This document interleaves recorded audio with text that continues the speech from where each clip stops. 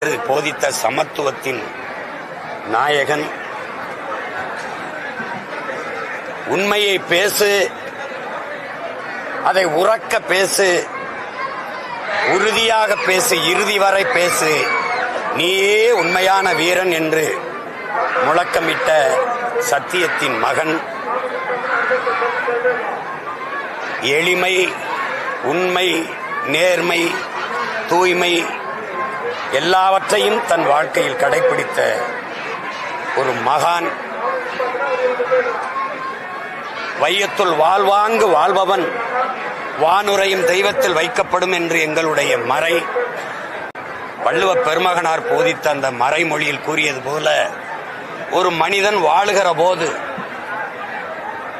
சிறப்பாக மற்றவர்களுக்கு பயன்படுகிற ஒரு வாழ்க்கையை வாழ்ந்தால் அவன் தெய்வமாகலாம் என்பதற்கு சான்று எங்களுடைய தாத்தா தெய்வ திருமகன் அவர்கள்.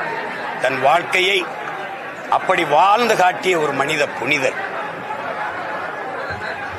ஒருவனுக்கு பிறப்பு சாதாரணமாக இருக்கலாம், ஆனால் அவன் இறப்பு, அவன் மறைவு சரித்திரமாக இருக்க வேண்டும் என்ற புரட்சி மொழி பொன்மொழிக்கு ஏற்ப எங்களுடைய தாத்தா தெய்வ திருமகன் அவர்கள் வாழ்ந்து காட்டி தன் வாழ்க்கை வரலாற்றை வருங்கால தலைமுறை பிள்ளைகளுக்கு